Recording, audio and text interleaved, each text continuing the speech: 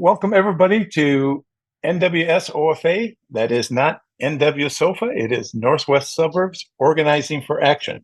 We're located in the northwest suburbs of Chicago in what is called the Land Beyond O'Hare. We have been around as a progressive group for about 13 years now, but we joined Indivisible about 7 years ago. The best thing that we have ever done. Indivisible, as most of you know, has 6,500 chapters across the country. This is an old slide. They've since had 215 join, so it's 6,715. There's a chapter just about everywhere, but I can tell you on our morning calls and our Friday happy hour calls, or as we call it now, our unhappy happy hours, we have lots of people who are starting new chapters or are reinvigorated ones that have become dormant. So NWSOFA is organized on a twin snowflake principle. On the left, you see our communications group. These are the people that send you all these emails and all these texts about upcoming meetings. And it probably makes you a little crazy at times, but that's how we get the information out. On the right-hand side, in the turquoise, you can see our active issue groups. And this is one of them that we're having today. But our organization started right before Sandy Hook. So our very first issue group, as you can see at the very top left, with gun violence prevention, that was within a couple of weeks of Sandy Hook happening. And then as we started adding new groups, healthcare reform, immigration reform, social justice reform, I should add that. And then our Stand With Women group, our fiscal and economics group, our election outreach, federal, state, and local, our climate change group, which has a meeting tomorrow night where they're going to be working with people from that expose the problems of factory farming, which is going to be at the same time, 7 o'clock tomorrow night. And then today we have Rod, and you can see we got two different Rod groups. Rod worked in the first couple of years on voting rights, education, or elections, gerrymandering, vote by mail, and then picked up confronting disinformation, and then the issues of the day. And this is one of those issues of the day. So with that, we are really proud to introduce Ed Spire and Jim McGrath will be helping today, one of the co-hosts of that group in their presentation. So go ahead, Ed, take it away. Thank you very much, Bill. What we're going to talk about today is the cabinet that Trump has built, how that compares to what his voters want from him. We'll start by just touching a little bit on remembering why he won and what his promise to all his voters is. Then we'll go talk about the administration he's building and how that would appeal to his voters and satisfy his voters. We're going to talk about the reality he's facing and getting his projects through, and how his voters respond. And for me, one of the most important things is what should we do and what's our call to action? So I got 60 slides here. I'm going to go through them fairly quickly, but we're going to send out all these slides. There are web links in some of them that you can click on to follow through with actions on your part. So let's get started here. So let me remind folks about my understanding of why Trump won. My understanding, and this is based on both exit polls and post-election polling, was that inflation was the primary thing that caused people who used to vote blue to vote red this time. And that's working poor. About a third of our workers who just live on the edge of a financial cliff. The one bad experience can push them over the edge of that cliff, a fire, an illness, and they get pushed over the edge of the cliff down in the abyss where they just cannot economically support their families anymore. Now, both parties are responsible for this. I mean, some people will say that one party pushed them to the edge of that cliff. But the other party didn't stop them. And some parts of our party actually helped them back in the Clinton administration. So we got a large number of workers who are very susceptible to an economic catastrophe. And then along comes post-pandemic inflation, which is caused by the pandemic, not by any policies. It happened worldwide. It happened 100 years ago after the Spanish flu. It's just a natural response of inflation. And it pushed all of them over the edge of that cliff all at once. So these people who had been voting blue, excuse me, voting blue for decades, said, enough. You guys just, you haven't helped us. You allowed us to get into this terrible situation. We're going to try something else. That's why we lost. I mean, you talk about wokeness, you talk about immigration. Those aren't the issues that caused these voters who switched from voting blue to voting red to push him over the edge. Economics was the issue. The inflation was the issue. And if you look at the results of polling, it's very clear. The economy was far and away the biggest thing people mentioned. People in a situation where they can't afford to live in the current economy. And they remember, I was doing better back before the pandemic, back when Trump was in charge. So there's a bunch of people, honestly, who just decided enough of this, Democrats. You guys have been promising this forever. Look, you just left in a situation where we got totally screwed. We're going to try something else. And his voters expect them to help him financially. I've seen social media. I do a lot of social media posts of work, and I've seen people on social media says, "Oh, Trump knows we put him in office. He's going to have to help us." And my attitude is, "Oh, really? You think that Trump's going to help you?" Well, the swing state voters, Trump voters, really, really, really expect Trump to help them. Look at that. 87% of Trump voters are expecting financial help from the Trump administration. So that's, and there's a whole bunch of promises he's made. We'll end inflation. Groceries, cars, everything, prices are going to go down. We're going to get gasoline down. We're going to put a temporary cap on credit card interest rates. We're going to eliminate regulations that drive up housing costs. These are promises he's made on the record with references right there. He's going to make ACA better. He's going to eliminate tax on tips. He's going to eliminate tax on overtime, as if people get a lot of overtime. They don't. We're going to eliminate tax on Social Security benefits.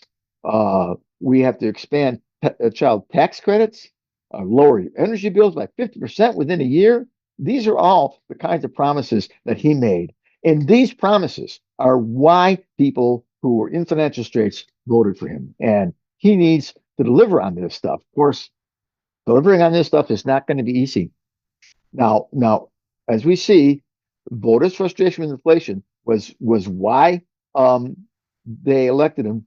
But a lot of economists argue that his policy proposals, especially his promises to impose tariffs on imports, those are going to drive prices higher. Those are not going to help inflation. And he knows that. He knows that he can't do what he said he's going to do. He's already begun backing off his promise to lower prices. He's already said how hard it is to lower prices once they get up. Certainly, energy analysts have suggested there's no way for him to fulfill his very concrete promises to lower gas prices. Gas prices are hard to change. President doesn't directly control oil companies. And this country's already pumping more crude oil than any other country in history. And recent responses to deregulations that he's pointing out have said deregulation is fine, but we're not going to pump more oil unless the price of oil goes up. Because unless the price of oil goes up, it's not economically practical for us to do the kind of fracking we got to do now to pump more oil. So, he didn't provide a lot of details on how he's going to lower credit card interest rates. Those kinds of legislations have stalled in Congress. Any effort to address the credit card rate issues through the federal government would probably face legal challenges from banking and business groups. He's talked about affordable housing. He says that I want to open up land for more housing. Well, fine, but I mean, that's not going to help in the short term. I mean, opening up land, you just got to build roads, you got to build sewers, you got to put in power, you got to put in infrastructure, and that kind of stuff is measured in years, if not decades. So opening up land for more housing is not going to help our housing crises. He's talked about Obamacare. He was for a long time wanted to get rid of it. But now he's talking about making marginal changes. The Republicans generally do not support an extension of the subsidies that help more than 20 million Americans afford health insurance. Some experts have warned that cutbacks in Medicaid, which is where ACA expanded, could be part of their budget. So that's another area where he's talking through his hat. He has no way of doing what he's saying he's doing. And then he says something about not taxing Social Security benefits. Well, first of all, that's really expensive. That would drive a big hole in our budget. Second of all, there are special rules in Congress about Social Security meant to make sure the Social Security is stable, which means you can't change Social Security easily. And the issue of changing whether we tax it or not is not something you can do with the drop of a hat. It's very hard to get that kind of thing through Congress. So he's facing a lot of problems in keeping these promises he's made. And if he was really going to keep these promises he made, well, he ought to have a cabinet that's ready to help him make these things happen. He needed to have a cabinet that's dedicated to improving the financial well-being of our working class, our working poor, for exactly. And what types of people would you want in a cabinet like that? If you wanted to build a pro-worker cabinet, you would bring in people who have expertise and leadership experience in labor issues, in economic policy, in social welfare. You'd want union leaders. You'd want economists specializing in labor markets, income inequality, public policy. You'd want grassroots leaders with experience in addressing poverty and economic injustice. You'd want representatives from small business who could provide insights into creating policies that support workers and small business employers, which is where most of our employment growth comes from. Um, you'd want specialists in job training and vocational education. You'd want people with skills who can help with skills development. You'd want experts in consumer protection that could develop policies to safeguard working class families from predatory financial practices such as payday loans and the likes, ensure fair access to credit. You'd want professionals with experience in social services. You'd want a whole bunch of people that he hasn't brought into his administration. If you put together a cabinet like this, you really would have the expertise and the drive to do the kind of things that he's promised that he would do. But his cabinet doesn't look at all like that, not in the least. The only item in that whole list that is actually present in Trump's cabinet is leaders from the technology sector. And the leaders from the technology sector he's bringing in, they don't have a focus on ethical AI or automation that could help address challenges and opportunities. No, the people he's bringing in to the cabinet, they don't have any experience or even a desire to help our working class. Many of the people he's brought into his cabinet are people who exploit our workers, who want to destroy programs that help them so they can save money on their taxes. A few examples. I mean, the most obvious example is Musk, the world's richest man. He pledges to cut trillions from the U.S. budget, and he admits that many would be hurt by these cuts, but in his viewpoint, they have to be done. Lutnick, he's going to be Commerce Secretary. He's got a net worth of 1.5 billion. He's a Wall Street guy. Linda McMahon, Education Secretary, really? Education Secretary made her fortune running World Wrestling Entertainment, got her 2.5 billion with a 2 footnote that I should have taken out of there. Sorry. Scott Bessent, nominated for Treasury Secretary, a hedge fund executive, another Wall Street guy. Burgum, nominated for Interior Secretary, former governor of North Dakota. At least he's got government experience. Tech entrepreneur with an estimated worth of more than $1 billion. I mean, Kelly Loeffler, nominated to the Small Business Administration, worth more than $1 billion. Isaacson, nominated as NASA Administrator with a net worth of $1.8 billion. Feinberg, 2 positions with the Pentagon, possibly, with a net worth of $5 billion. The combined net worth of the wealthiest people in Trump's cabinet surpasses $460 billion, makes it the wealthiest presidential administration in modern U.S. history. 13 billionaires set to take top government posts. And some of these people are very concerning. I mean, just because you're a billionaire doesn't necessarily mean you're a bad guy, or that you would do damage to our country. A lot of these people have mixed records.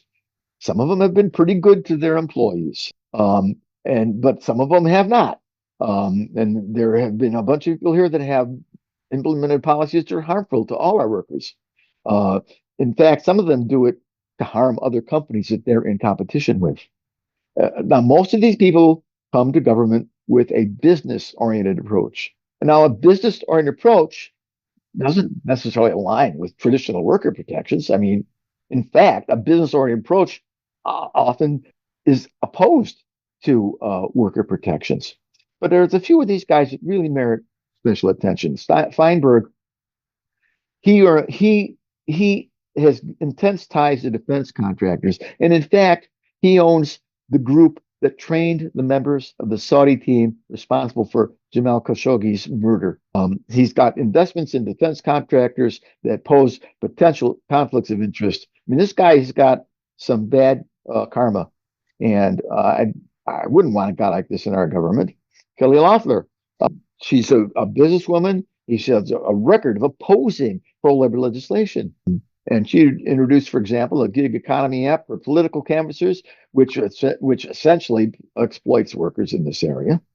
You look at somebody like Lutnick, once again, a Wall Street guy, controversial record regarding workers, known for very aggressive business tactics. I mean, these are not the people that you'd expect to be protecting workers.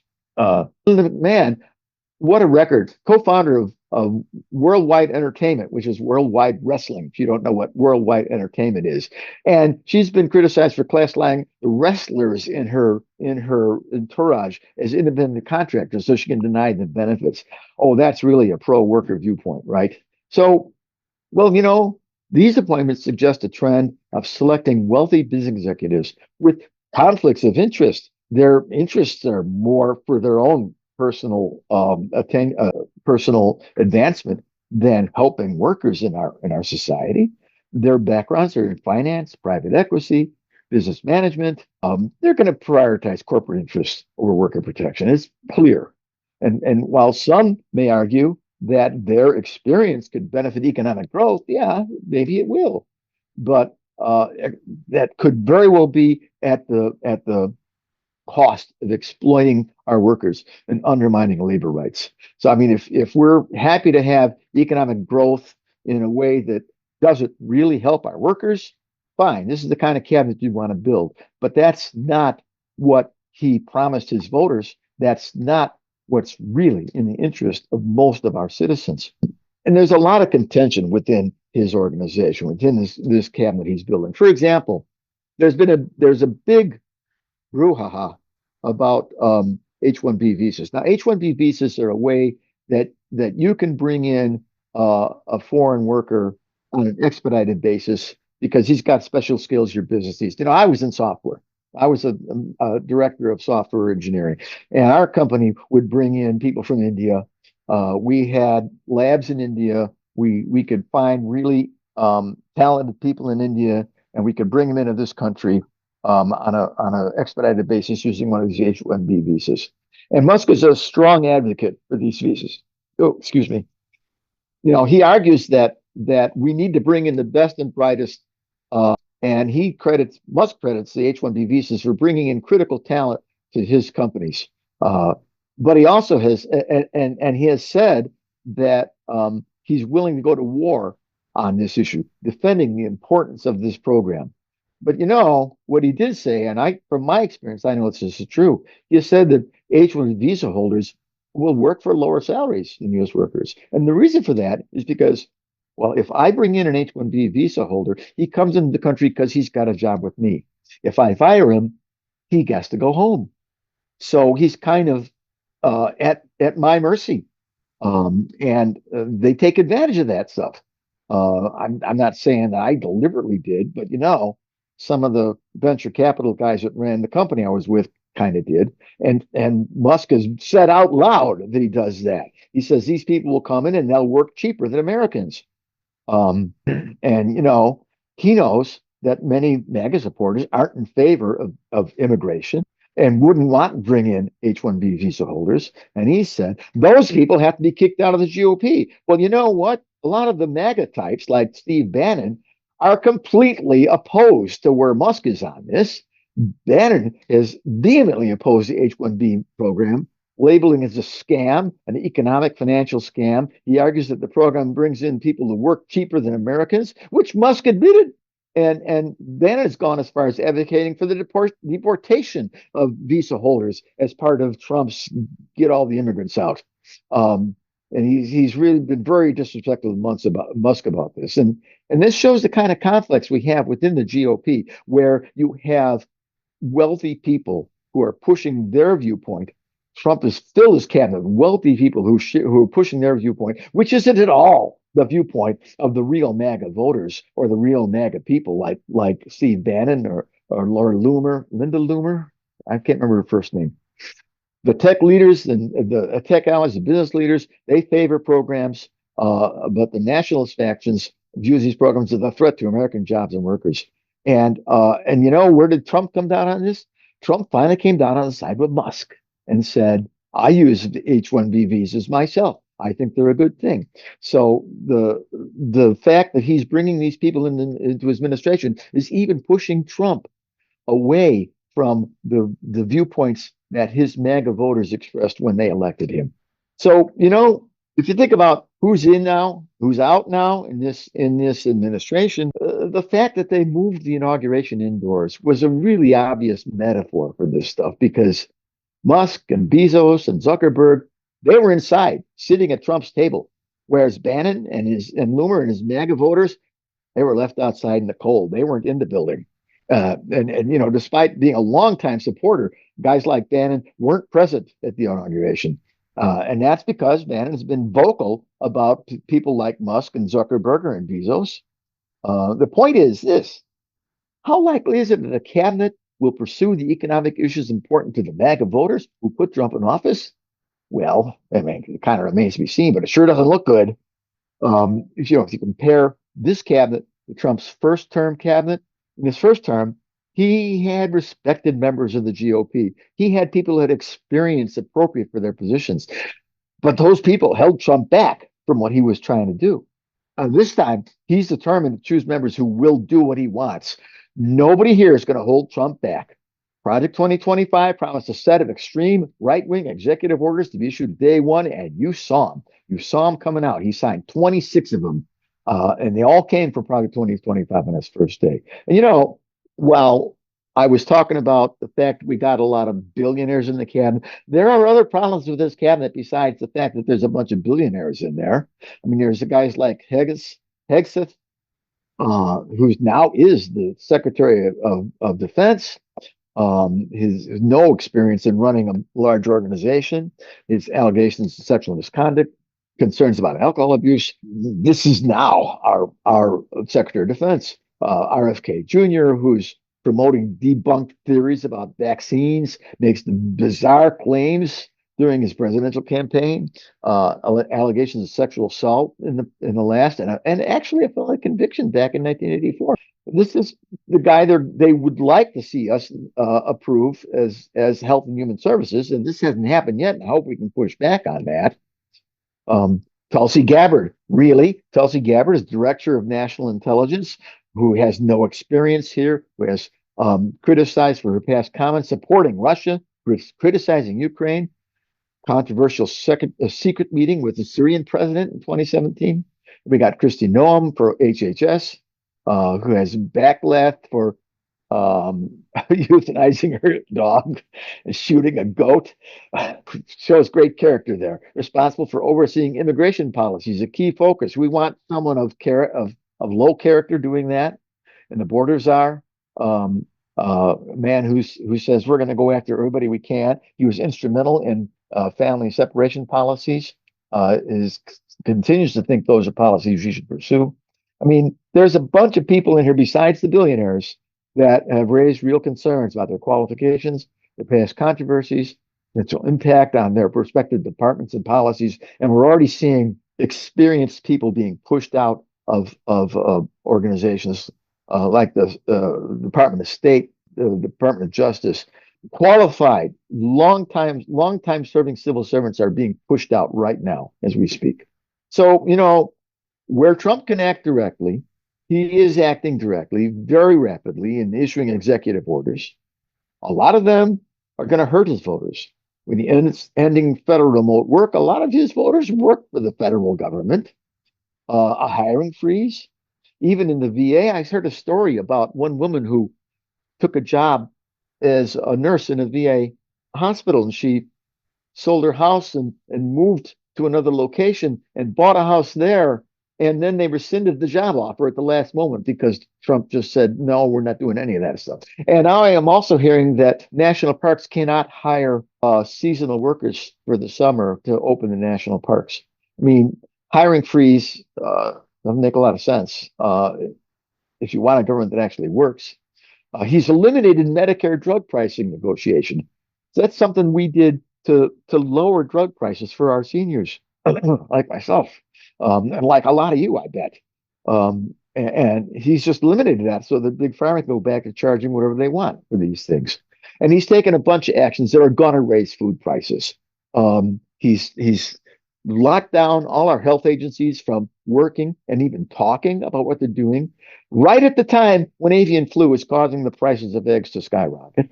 He's starting to deport farm workers. In fact, a lot of farm workers aren't even waiting. They're just not showing up to work because they don't want to be at risk of deporting. So already you got 75% of your farm workers who aren't working.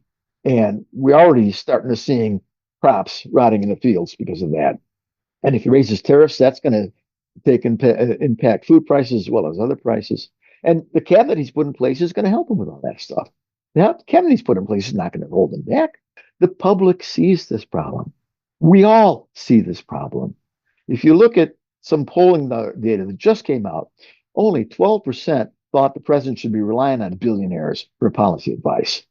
Even amongst Republicans, only 20% think it's a good idea to be listening to billionaires as to how you run the company, how you run the country. Excuse me. It's not a company, it's a country. So what stands in his way? Well, a lot of the stuff he wants to do can't be done by executive order. A lot of stuff he wants to do has to go through Congress.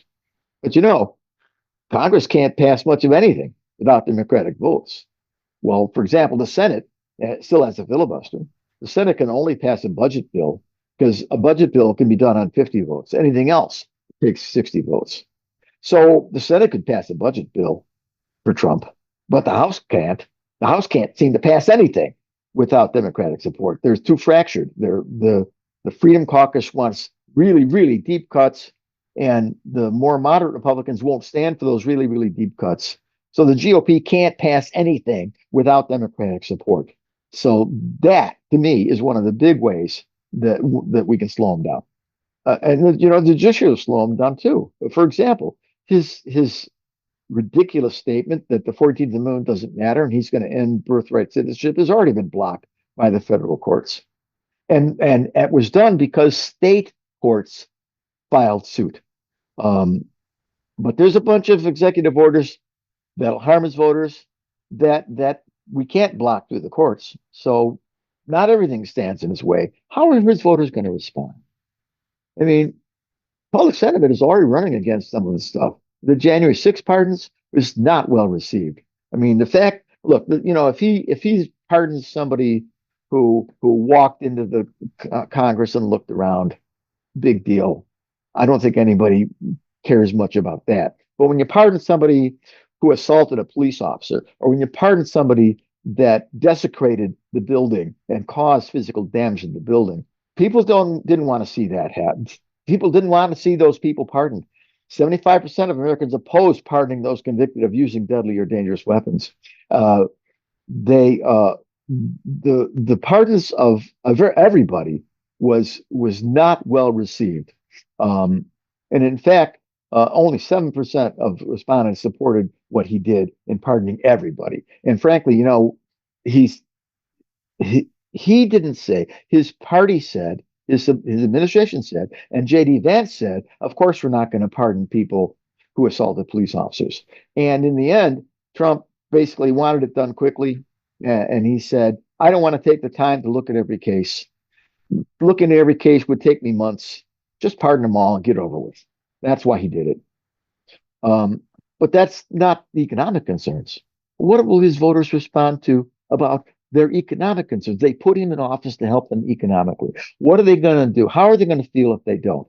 Well, this is typical of what I hear. This is a story about a Latino family, Alfonso and Maria Isabel, and they said they voted for Trump because he said he's going to lower costs, and they were in big trouble through inflation. But they also said they're not beholden to him or the GOP. Uh, we'd be open to the Democratic Party if they can do what we want. Alfonso says we're not putting our guard down. Trump has the majority in Congress.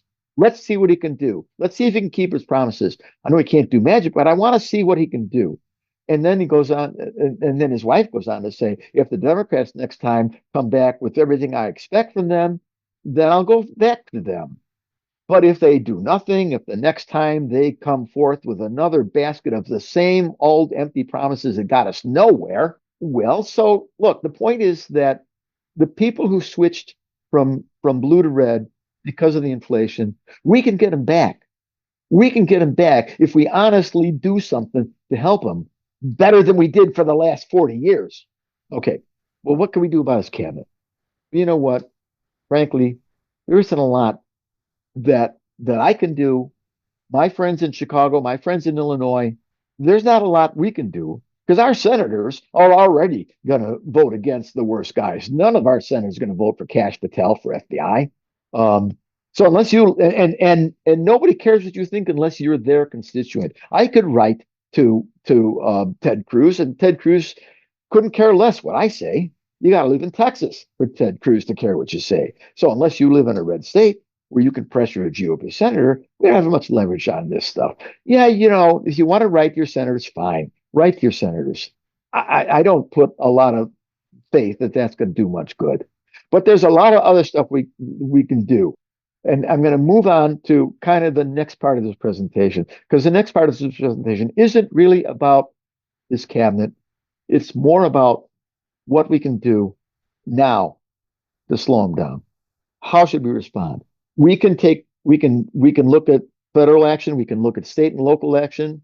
We can look at the upcoming election. My opinion is that we need an FDR style New Deal for our workers to bring them off the edge of that financial cliff that inflation pushed them over. And we need candidates who could sell those programs. But I don't want to spend a lot of time talking about 2026 and 2028 today.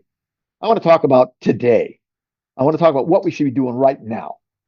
Here's 10 things that Robert Reich, a guy I deeply respect, suggests we should be doing. I'm going to just step through all of these pretty quickly.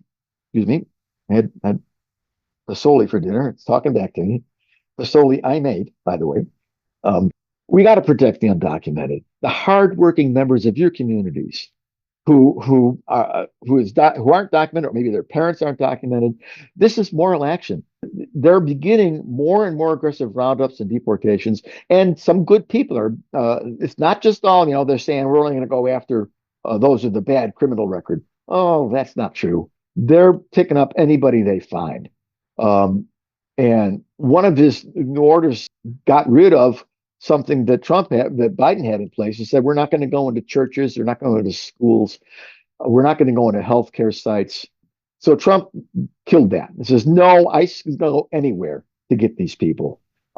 Sanctuary citizen states are under immense pressure, even though the policies we have in place are good policies. The reason we have policies in place in sanctuary cities and states is that we don't want to dissuade immigrants from getting the help they need. If you don't protect immigrants, then the ones that are ill, even if they have communicable diseases, they won't go to hospitals. Parents won't send their kids to school. Crime victims who are undocumented will hesitate to report crimes for fear they could face deportation. We have to protect these people because they are here. They are part of our community. And if we make them go into hiding, it just makes things worse for everybody. Now, if you trust your mayor, your city manager, check in with them, see what they're doing to help those communities. Join others in voluntary efforts to keep ICE away from hospitals, schools, and shelters. I'll talk more about that a little bit later. Organize, mobilize your community to support sanctuary cities situations. Defend your own officials. Trump the Justice Department wants to crack down on your officials. If your officials are trying to help immigrants, your voice, your organization can help your own your own city government, your own school board fight back. That's one. Protect the LGBTQ members in your society. Trump make their life more difficult. His election, his rhetoric unleashes hatefulness by bigoted people in your community. Work, please work with others in being vigilant against prejudice, against bigotry, wherever it might break out. When you see or hear it, call it out. Join with others to stop it. If you trust your local city officials, get them involved. If you trust your police, get them involved as well.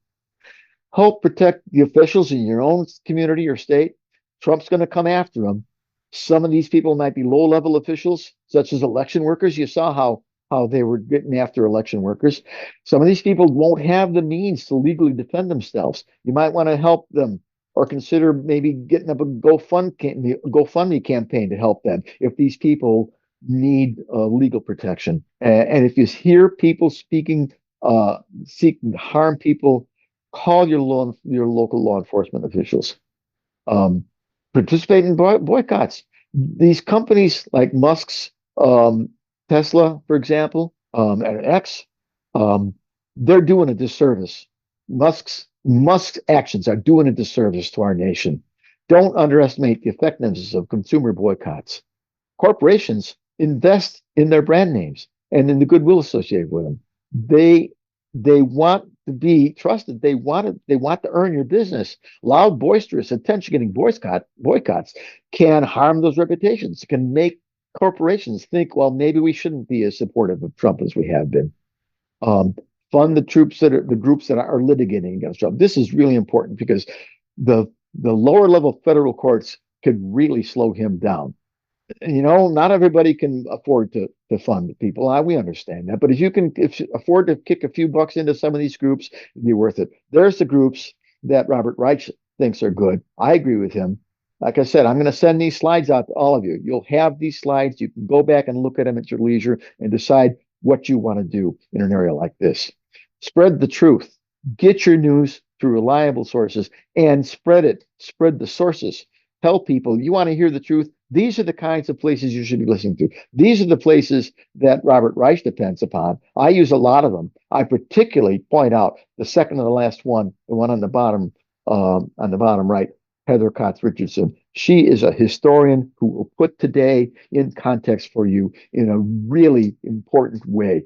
You can find her on Substack, but any one of these news sources are useful to us.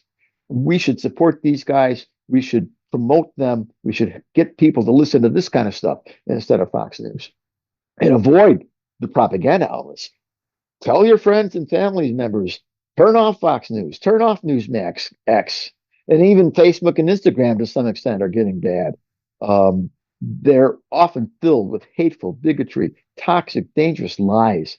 And some people, this kind of stuff is addictive. We got to help people understand how dangerous this stuff is. Help them wean them off. Help them get back to this stuff instead of that stuff. And as always, I know who I'm talking to. We all push for progressive measures. Push for progressive measures in your state, in your local government. Work with groups that are fighting the regressive moves at the federal level. Lobby, instigate, organize, fundraise for progressive legislators. Support your progressive leaders in your community. Encourage worker action. The unions are an important ally. Unions are almost always on the right side of all the issues we care about. So we have to do whatever we can to build union power. You can support them when they take an action, you go and support them. Encourage employees to organize in places you patronize. Most of all, keep the faith. Don't give up on America. Trump won a very slim margin here. It was a squeaker. The House has got a very tight margin, the smallest since the Great Depression, and the Senate lost half their competitive Senate races. The GOP does not have control of this government because they can't get stuff through Congress. They don't really have an overwhelming mandate. Yeah, we have problems. That's why we can't give up on it. We can't give up on the fight for social justice, for equal political rights, for equal opportunity, the rule of law. But aside from all of that, we still have to focus on economics because economics is why we lost. Now, the forces of Trump are fascists. They'd like nothing better than to frighten us into giving up. And if we give up, they win. So we can't give up. Speak out. Get involved. Speak out. Summon your courage. Speak with your friends and family, your community. These conversations don't just change ideas, they can change minds. When you talk to somebody with your personal stories, you can change somebody's mind. Speak to your federal legislators, especially your senators. And to me, actually, I would have changed that right now to say your House of Representatives, and I'll tell you why. Speak to your state legislatures to pass laws that will defend your state. Get involved locally. Join civic organizations. Your local Indivisible chapter is the place I would go. Indivisible Chicago has got a lot going on, but there's indivisible groups all over the place, just like ours. Show up at demonstrations. Push your county and municipal officials to resist. Always vote. Always, always, always vote. Your local and state elections are more important than national ones. Your local and state elections decide what will happen in your community and how your community will respond to these threats. Support the advocacy groups. We've talked about advocacy groups, ACLU, immigrants' rights organizations, civil rights groups. Support these people. Educate yourself and others. Stay informed. Share the reliable, fact-based information from those sources I showed you. Silence is an ally of misinformation. Knowledge is its antidote. Stay in touch with us here at NWSOFA and your other indivisible groups. Help me spread this word by finding other speaking opportunities. I will present stuff like this. Any group, 5 or more people, I'm happy to come out and educate people. History shows that collective action can turn the tide. Think about the civil rights movement. Dismantled systemic oppression. That was through grassroots persistence. Recall Watergate. Public demand for accountability forced even the highest levels of power to reckon with the rule of law. The early labor movement that won workers' rights, that won women's suffrage, that shattered barriers to equality. Heck, even the revolution itself, the American Revolution itself, ordinary people refused to bow to tyranny. In every instance, democracy's survival depended not on passive hope, but on bold collective actions. Here's 3 things. Here's your call to action. 3 things we can do right now. Speak to your municipality about your police. Speak to your school boards about ICE. Speak to U.S. House of Representatives. You see, speak to your municipality about your police department. Federal law requires municipal law enforcement to share information they have about undocumented individuals with ICE. But federal law does not require municipal police to collect any of that data. Chicago has a policy in place that police do not question individuals about their status. And Chicago does not document any such information. So Chicago doesn't have anything they have to share with ICE. Your municipal police in your suburb should have those same policies. You need to talk to your local government and have them do that. Speak to your school boards. Yesterday, I heard the head of ICE on Dr. Phil's show saying, oh, ICE is not going into schools. Oh, but Trump has issued an executive order allowing and encouraging them to do exactly that. Here's another example. Chicago has a policy that if a federal agent shows up, they don't get into the school unless you have a warrant signed by a judge. And you won't get a warrant signed by a judge unless ICE can show evidence there's real reason to go into that school. Your school boards in your suburbs should have policies like that. Talk to your school boards. That's another thing you can do tomorrow. Now, speak to the U.S. House. We talked about this a little bit. Remember, the U.S. House is so fractured on the GOP side, they can't pass anything without our support, without Democratic votes. And yet, the Trump administration is seeking deep cuts in certain mandatory categories of spending, such as food stamps, Medicaid, other support for families, maybe even Medicare and Social Security. Cuts like those would hurt the very people who voted Trump in, our working poor, living from paycheck to paycheck. Cuts like that will increase medical bankruptcies. Cuts like that will actually kill some people. And you know, Illinois, in our state, and I think most states are in this situation, they can't replace lost federal revenue to sustain these programs. So the pressure on our House representatives, our U.S. House representative Democrats must not support any bill that includes any of those cuts. Must not. Those are 3 things you could do tomorrow. And one last thing, to support our immigrant communities, here's what you do if you think you see ICE in action. If you think you see ICE doing something, don't interfere. You'll get in trouble if you stick your nose in, but do document what you see. Take a video, take a photo. Now, don't post that video on social media, but do report it to this group here. I have the name of it on the next slide, but this is a group here. The name of the group is on this slide: the Illinois Coalition on Immigration and Refugee Rights. So if you do see something, report it to these guys. You can do it with that web link. And by the way, I'm sending these slides out. You'll have these links. You can click on those green links, take you right to the spot. You can click on that link and report something you see, or you can just call them at that number. The other thing is, Indivisible Chicago's got some meetings next week. There's a meeting Monday in Lakeview, and there's a Zoom on Wednesday to teach you about our rights, immigrant rights. Once again, those are links you can click on to register for those meetings, to learn about the rights that people have when they're facing questions from people like ICE. The Illinois Coalition on Immigrant and Refugee Rights has a handout. It's a one sheet, two-sided. Click there to get a copy of it. You can print it off. You can hand it out at your church. You can hand it out at your school. You can get it in Spanish or French or Chinese. You can call that number if you see something you want to report. The power to reclaim our country lies in your hands, yours and mine. History is watching us.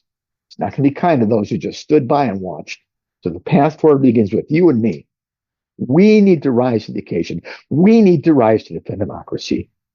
We need to prove that taking responsibility is not only possible, it's necessary right now. America's future is built on our courage. Now, our actions will define it. Thank you. First question from Lonnie. What motivated people to stay home and not vote? Well, most of the people who stayed home and not vote were in states where their vote didn't matter much.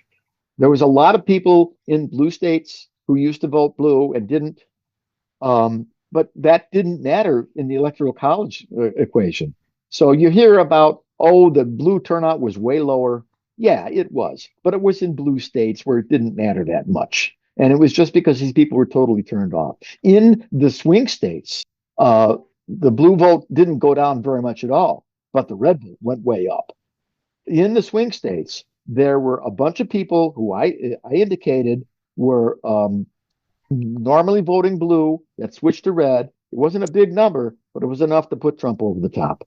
So when you hear millions of people didn't vote, that didn't really impact the electoral college result that much because those people were in safe blue states that went blue anyway. Next question is from Kavita. Do we need better civics classes? Oh, of course we do, but there's a problem with that.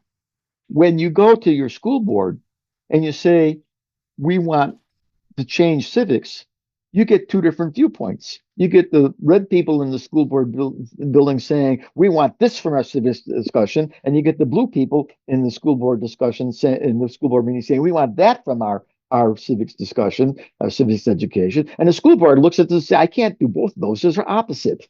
So I'm not going to do anything until you people decide what you want your civics education to be. Yes, we need better civics education.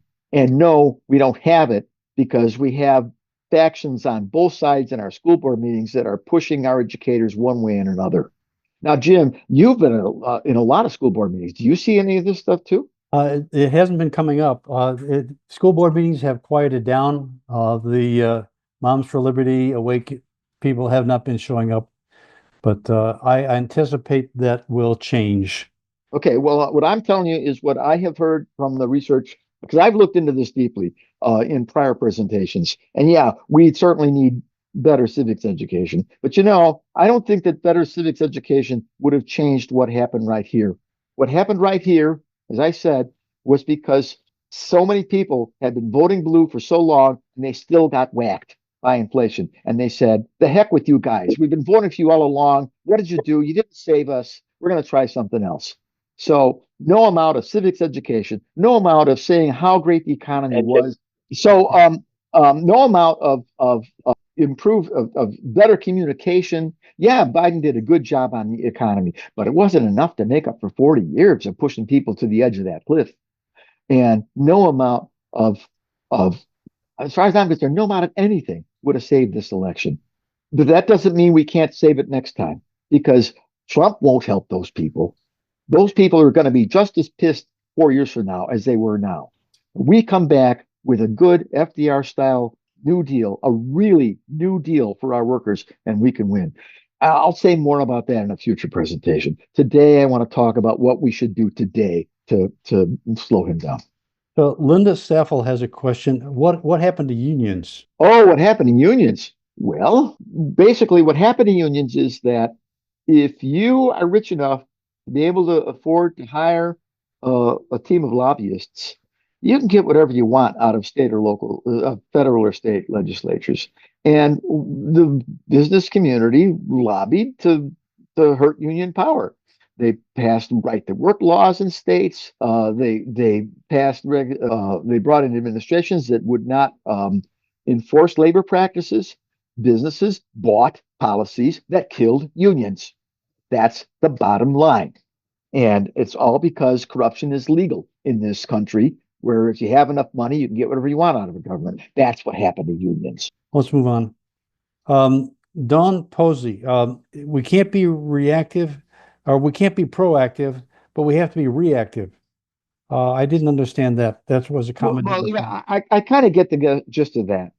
What we're doing right now, you know, those things I showed you that we could be doing today and tomorrow, those are all reactive. Right now, we are reacting to his assault on our nation. We can be proactive, but that's not what we need to do right this moment. What we need to do right this moment is defend the nation against this assault he's brought forth on us. Our proactive actions are more for getting ready for the 2026 congressional elections and the 2028 presidential elections. And as I said, I think that if we bring forth the right policies that are much more supportive of the economic benefit of our workers, and with candidates who are much better at selling those messages, we can be proactive and we can regain control of this government and right the wrongs that you see happening before you every day right now. But I think that's something to talk about a little later. I think right now we are reactive. Yeah, all right, we're reacting to what he's doing, and we have to defend communities at risk and defend our nation against this onslaught. Thanks, Ed. Next one is Eric Hausker. I probably wrote your name down wrong, Eric, but I apologize for that. He made a comment about oligarchy versus plutocracy. Oh, I don't know what the difference between those two are.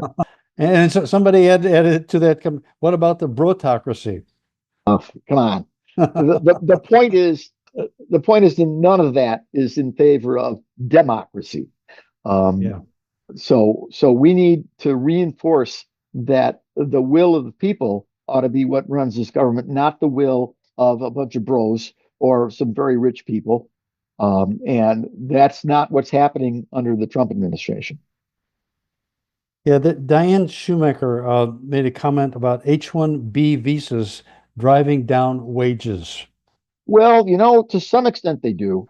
I wouldn't say that's a big thing. First of all, H-1B visas, and once again, I have personal experience in this stuff as a director of software engineering for a multinational company. H-1B visas can drive down wages of highly paid technical people. You know, I could end up spending $80,000 a year instead of $100,000 a year for a database administrator. Wow. So that's a savings to my company, but I don't think that's a huge impact on the welfare of our workers. I mean, that guy's still earning $80,000 a year. The people I'm worried about are earning $40,000 a year. Yeah. And H-1B visas have nothing to do with them. So this whole thing about H-1B visas is just a way of showing that Trump is listening to Musk instead of listening to Steve Bannon.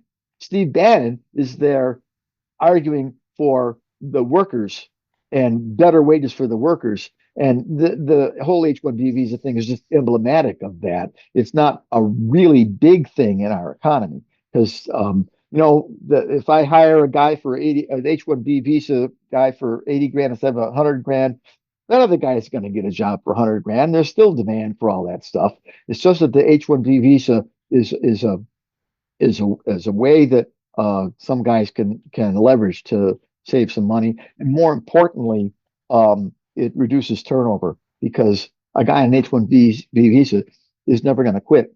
Turnover is a big problem for companies. If somebody quits on you, you got to spend a lot of money to hire and train. I mean, it's $50 to $100,000 is the cost of what hits you when a good employee leaves. And H-1B visa employees, they don't leave because they can't leave, because if they leave, they get deported.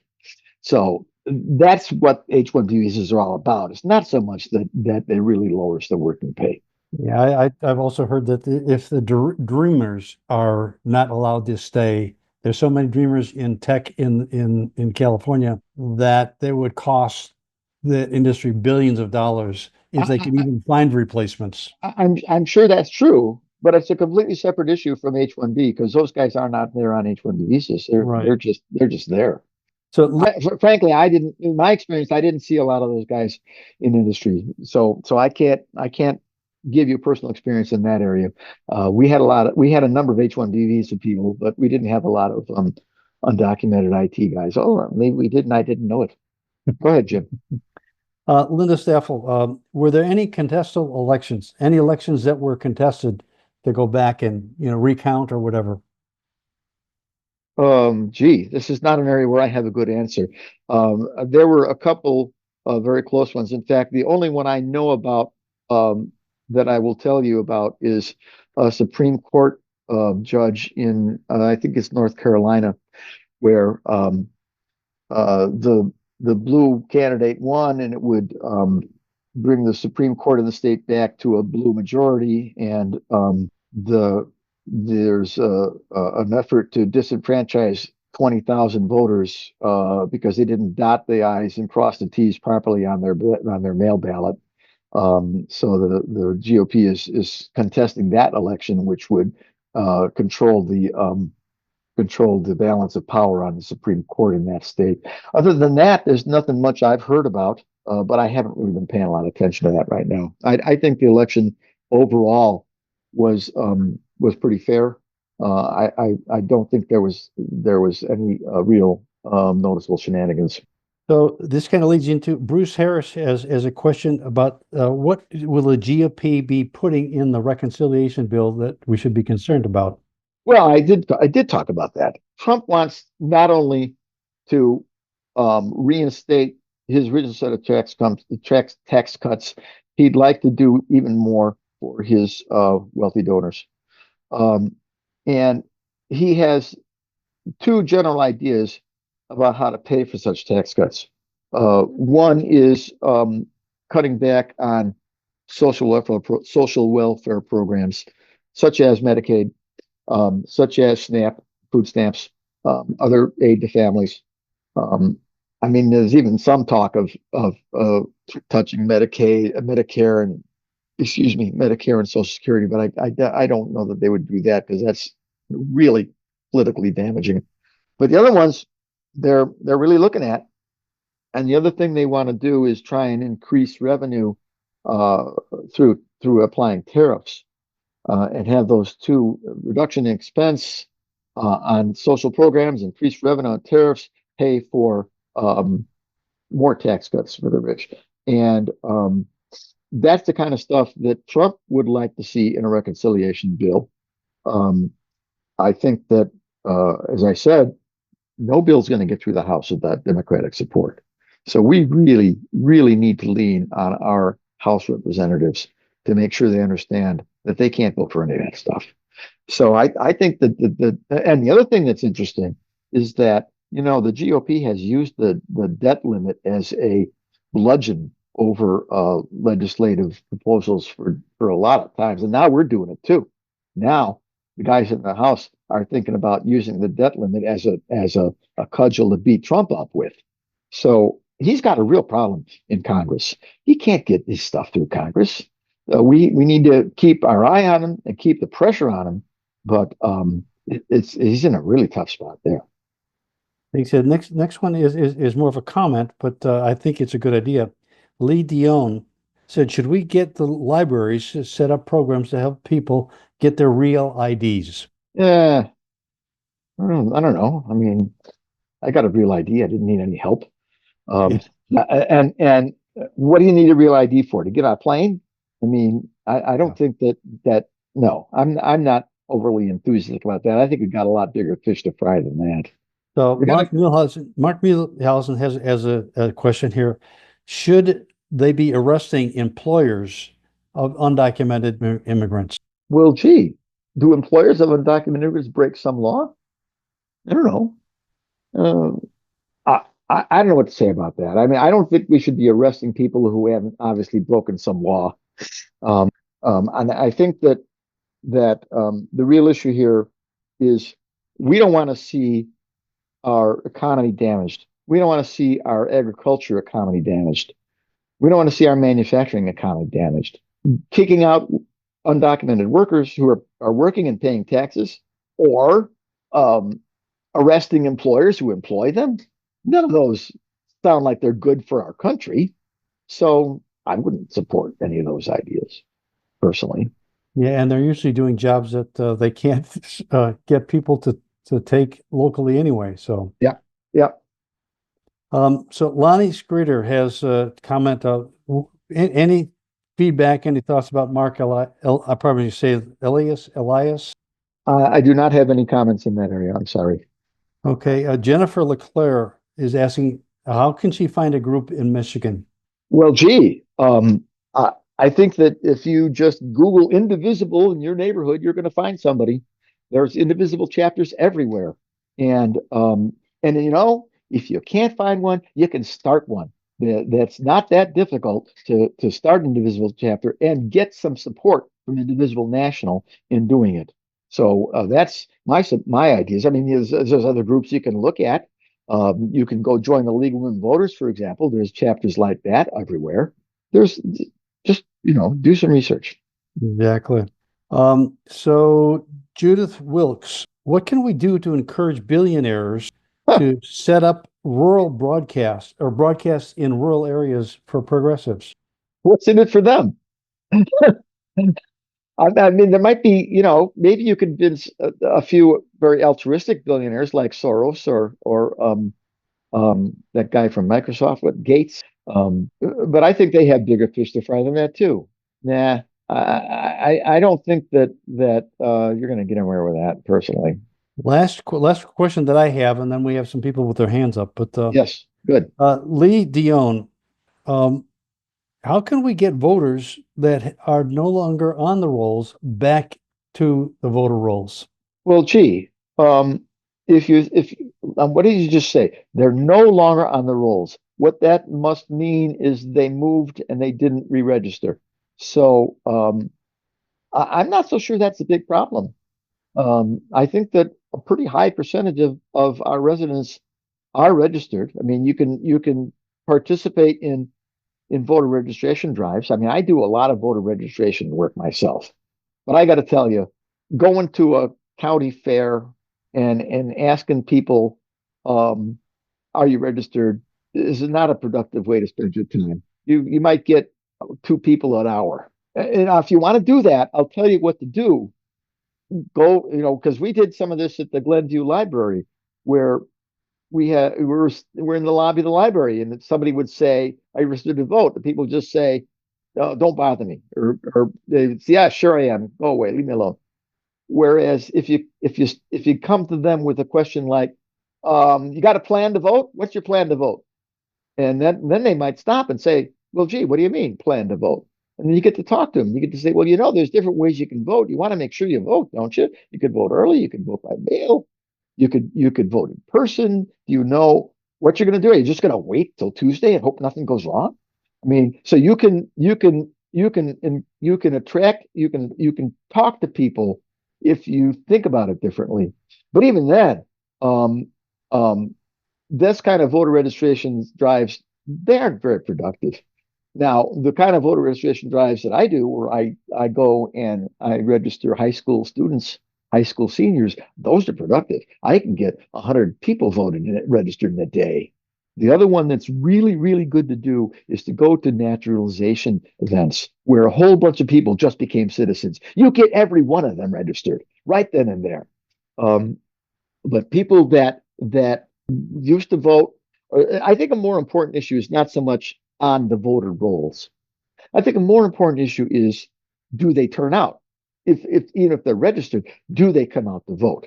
And once again, if you're doing an event and you start to talk about what's your plan to vote, that's a better way to help people get motivated to vote. And because they can say, oh, why should I bother to vote?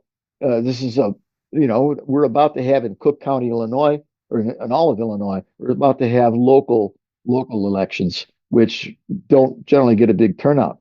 But you can say, look, these are the elections that determine who your police supervisors are. These are the elections that determine who your school board members are. These are elections that determine how the things work in your community that affect you on a day-to-day basis.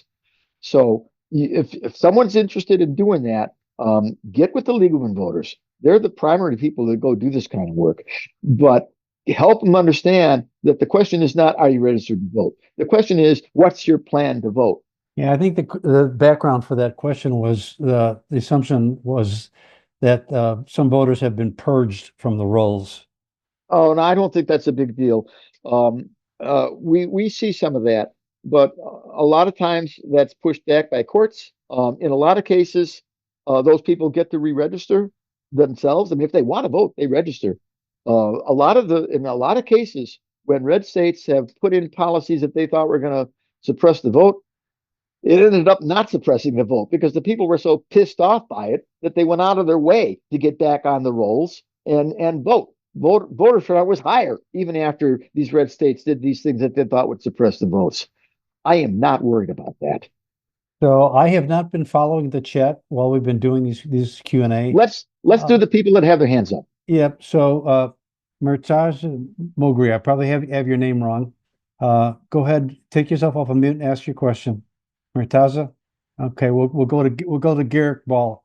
Hi Ed, and everybody. I have a question in regards to the 3 special elections for the U.S. House, 2 in Florida and 1 in New York. I go to Ballotpedia to get as much information as I can on what is happening, and I believe the 2 in Florida are coming up soon, maybe April 1st, like ours up here in Illinois. And I think the one in New York is a primary, and then I don't know where the actual election falls in that state of New York. But my question is there a chance we can regain the House if we win these 3 seats? You know, I'm not really up on that very much, but I think Bill has been hearing about that kind of stuff on the morning meetings. Bill, have you got a feeling about those situations? Unmute, Bill. You're still muted. There we go. Yeah, we've been talking about primarily Virginia, New York, a little bit about Florida. On the recaps that we send out for the happy hour and the coffee and conversation, we list down on the bottom. I think there's 8 elections that are coming up that we need to be paying attention to. I don't have any links that are tied with that. I just have a chart on that. But I think Bruce is on. I am. Okay, and you probably have good information on Florida. Well, I don't know how good the information is, but Matt Gaetz's position is the panhandle of Florida, very red. And I spoke to an attorney I know who lives in that area. She happens to be liberal. I asked, is there any chance of a Democrat winning? And her opinion was no. And the other seat is Brevard County area, which is also very red. But I've been told that the importance of those elections is even if you don't win, you want to see if the percentages go up from what it was in the last election, because that would be a sign throughout the nation that, blue is coming back. So I don't know you'd win, but, it's worth the effort. And someone in our group even said he was going to help with the one in Brevard County. I think it was Nelson. I'm not positive. I think it's well worth the effort to put effort into these elections. Personally, I don't hold out much hope that we're going to get back the majority in the House. I think that would be a miracle. And I don't think it would matter much because you still have a Senate where it's hard to get things through. So the important thing, though, is no matter what happens, the GOP is not going to have control that they can push bills through. The Democrats have the power to stop these guys. I doubt they're going to have the power to move our own legislation because we can't move our own legislation through the Senate. Bruce, a quick follow-up. I see a Josh Weil. Is he from District 6 or District 1 in Florida? I'm sorry, I don't know. I actually live in Palm Beach County. I'm at the other end of the state. Okay. All right, thanks, Dave. Next is Tamara. Take yourself off of mute. Thanks, Hi, Tamara. Tamara. Hey guys, good evening. Thank you, Ed, for your presentation. It's very informative. Guess I just wanted to provide an additional comment, if I could, Jim and others, on the voting issue. Ed, here in Indiana, we did have a lot of people removed from the voting polls. It wasn't a purge, and people didn't move. They just didn't vote in two consistent elections, and so the county removed them. That was very disturbing to folks for the general election. So we're working to get that cleared up. And I would just mention on the House of Representatives and the margin, of course, being very slim for that speaker. I would agree, holding out hope for those 3 House seats that are up, because one is Elise Stefanik's, of course, and she flipped an old DC to R. But in Florida, if that seat in Brevard County can pick up some more numbers on the D side, even if it stays Republican, it will show that we're making some progress in parts of that state. And as Bruce said earlier, just as an FYI for everybody, the Panhandle seats traditionally used to be blue dog Democrat seats when Governor Graham was there in Florida. And as soon as he left, things started to shift, and that is a heavy DOD area with a lot of service people. So it's remained Republican for a number of years. But I'm hopeful that people will mobilize and help support the Democrat candidates in those 3 districts, the 2 in Florida and the 1 in New York, because I think it would provide a good message to the nation and to the opposing party that people are not giving up. If anything, they're gearing up. Thanks. Well, thank you. I certainly agree with that. Let me ask you for a bit more details on the situation with people being taken off the list in Indiana. How did they have the ability to get back on in time to vote, or did they get screwed out of not being able to vote this time? Yeah, a couple of them were not able to vote in the general on November 5. How we found out was we were at a county organizing committee dinner, and a couple of women came up to say they were real upset. Their mom was an elder, and she wanted to go and vote early, and they could not get it rectified. It was really sad. And what we've been seeing is a real silent, kind of a nebulous activity in these collar counties. These are counties right east of the of the Illinois state line, Lake County and Porter County, Indiana, which for those people across the country, we're kind of considered Southland of Chicago. We get the Chicago media. People here think that J.B. Pritzker is our governor. Okay, so that should tell you. Indianapolis is on Eastern time. We're on Central. So, but in any case, yeah, that's what happened there, Ed. And a lot of us are very experienced in this, so we're trying to be very diplomatic in the approach to make sure that these people can get back. We understand there might be a referendum here later this spring, talking to the county. So we're trying to see what that looks like so we can get people back on the rolls. Right. So what we do, you need to push for the ability to re-register during early voting. If you had the ability to re-register during early voting, this would be solved. Yep. Thanks. Okay, let's move on. Yeah, so I'm going to try Murtaza again. Are you there? I've been a voter registrar for several years. There are many tactics that Republicans use to take people off the voting rolls. I would recommend that you listen to the Pelest interview today. He did a long talk on what they do for voter suppression. They are planning on trying to make it a national thing that you have to have a birth certificate to register to vote. Yes. I think we should be preemptive on this and try to get as many people registered for real IDs as we can, because to get a real ID, you need to have your birth certificate. And this would give them time to get their birth certificates and get documentation before the midterms and get them back on the voter rolls. What jurisdiction are you working in, Lee? I'm in the collar suburbs of Chicago. Okay. Well, thank you very much. That's an interesting idea. I understand better now what you have in mind in terms of encourage people to get real ID so that they have whatever they'll need if they ended up off the rolls and need to get back on. Because in our state, you can register on election day if necessary, as long as you have the right documentation. Oh, and by the way, a federal bill to require a positive proof of citizenship to register, that's not going to happen. Democrats are not going to support that. That can't get through Congress. So There's been a lot of things that they've said, with all due respect, Ed, that people have said are not going to happen, but they have happened anyway. such as I'm I'm a lot talking of about things that they're I'm talking trying to about get through right now. I'm talking about things through Congress. Tell me. Look, I don't want to argue with you, but Yeah, well, it's clear that nobody's going to get through confusion Congress. on election day. We need to get more people, more Democrats on the voters roll, and I just think this is a very important thing. Okay, well, I agree with you. I do a lot of work myself in registering voters and encouraging them to vote.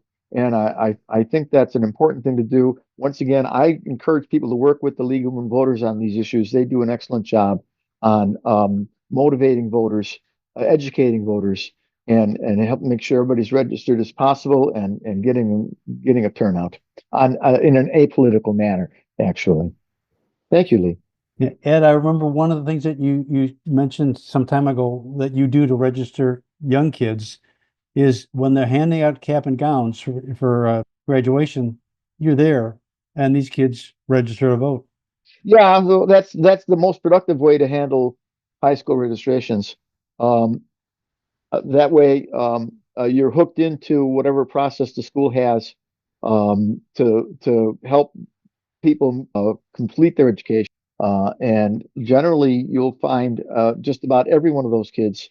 I think I had 250 kids in one day out in Hoffman Estates one time.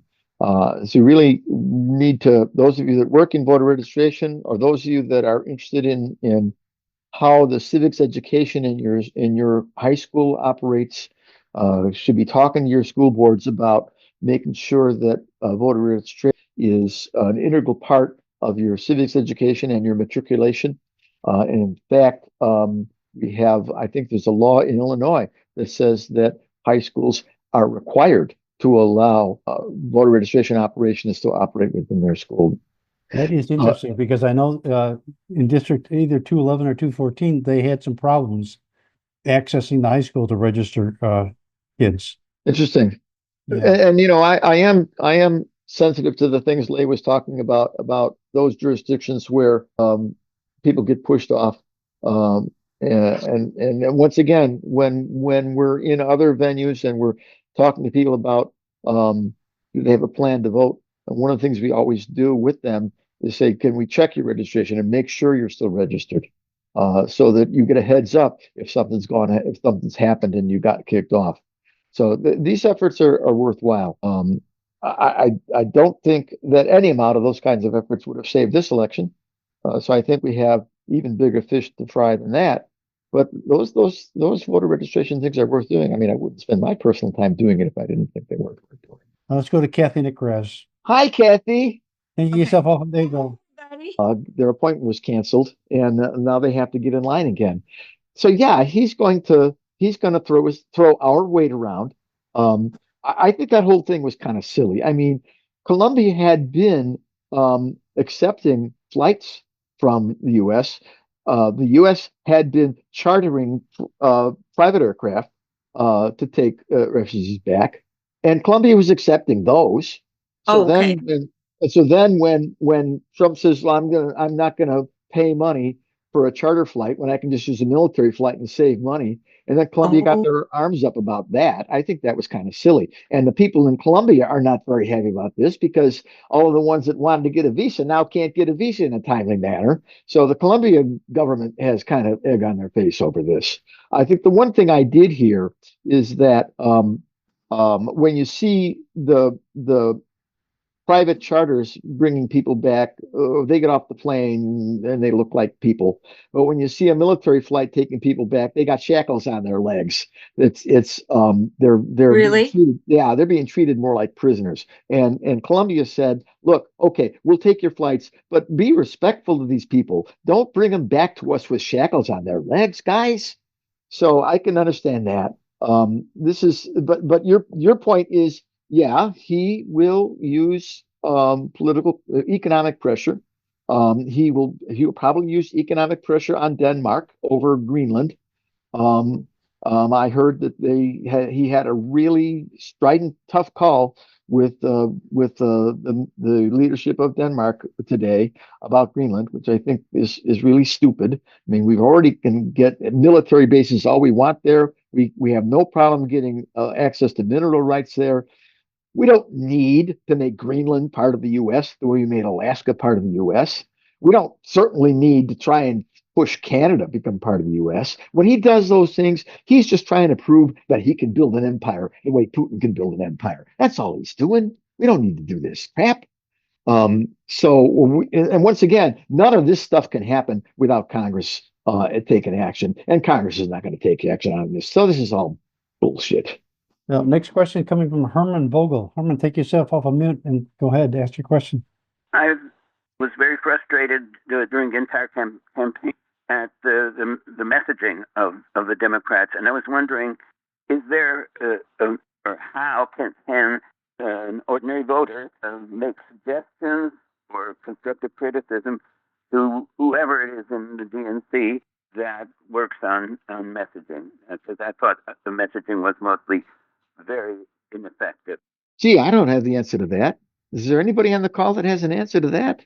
I imagine that there's going to be a new chair of the DNC. It's either going to be Ben Winkler or it's going to be the guy from Minnesota. There's three candidates. And I suppose you can just get in touch with one of those guys, whichever one ends up winning that thing. But I got to tell you, I don't think that any amount of messaging would have helped this election. I do agree, though, that for 2026 and 2028, we need strong, unified messaging that is primarily economic based. I'm not suggesting we back away from DEI, or I'm not suggesting that we back away from social issues. I think we have to lead with economic issues for our working poor. And we need a candidate who will strongly send that message. I think that I think Biden actually did some pretty good work there. I think Kamala would have continued some pretty good work there. I wouldn't come back with Kamala personally, since she lost once. Personally, I think we need somebody new. There's some possibilities out there, but we need to. You're right. We need to have good messaging, and I think it needs to be economically focused primarily. And I think that I don't think today is the day to talk about that. I think today is the day to talk about how we face the onslaught of the Trump executive orders and the likes. But we can't wait long. Later this spring and summer, we gotta start getting that stuff in line so that we're in shape to take back Congress in 2026 and take back the executive in 2028. Yeah, I think with these municipal elections, everybody get involved, cut your teeth on working election to support candidates. That's a great way to do it. Next question comes, and it's probably the last one, from Julie Austin. Okay, before you do that, let me just stay back to what Kathy said. When you're talking to candidates, talk to them about support of immigrant policies. We want candidates that will come out and defend our nation against the onslaught that Trump is bringing forth. Okay, Julie, can you unmute and ask your question? Yes, there's been a lot about the voter suppression that people could follow up with that. Greg Palast, Palast. It's Greg, PALST.com. And if anyone wants to go look at the numbers on that. And then I just had a quick comment about those planes. Using military planes is about 10 times more costly. I called 5 different senator offices today on that because they're trying to tell us they need a whole new office of Doge to be more efficient. And from the articles that I read, it seemed like Columbia wasn't really expecting them to be delivered by the military, and you have our military coming into their airspace. So it was not done very diplomatically, the whole thing. But they need to back off. That was a big show. They need to be backing off using the military to deliver these people back wherever they're going. Well, that'd be a good idea, but I don't see how we can make them do it. I mean, Complain, because that's 10 times. It costs like $600 for a commercial flight. It costs literally 10 times that much and they brought 80 people over with one military plane, and it cost them over almost $9,000. okay, well, I did not know that. Thank you for that information. Nine, I don't know, but 10 times more. So we can get on them for the cost. We're paying the money. It's our tax money. So. Yeah, you're right. Do me a favor. That link you said about the voter suppression stuff, put that in the chat so that it's in there. A lot of other people have acknowledged it too. Greg Palast, and then there's also another one about I can't remember it right now. It's the it's the. If it's in the chat, we'll get it, because when we send okay, it's in there. It's another way to look at those. Somebody's digging deep into the numbers from the last election. Okay, great. Yeah. When we send out the slides, the chat will go out with them as well, and I'll personally look into that stuff as well. Thank you for bringing that up. Thank you. Well, anyway, thank you all for coming. Do look at the slides that we send you. Do take some actions. Do talk to your local authorities, your local municipalities, your local school boards. Do talk to your U.S. House representatives, and do be on the lookout for what you can do to help the communities that are at risk here. We have to all work together to do this to help our country. Thank you. Have a good evening. Thanks, Ed.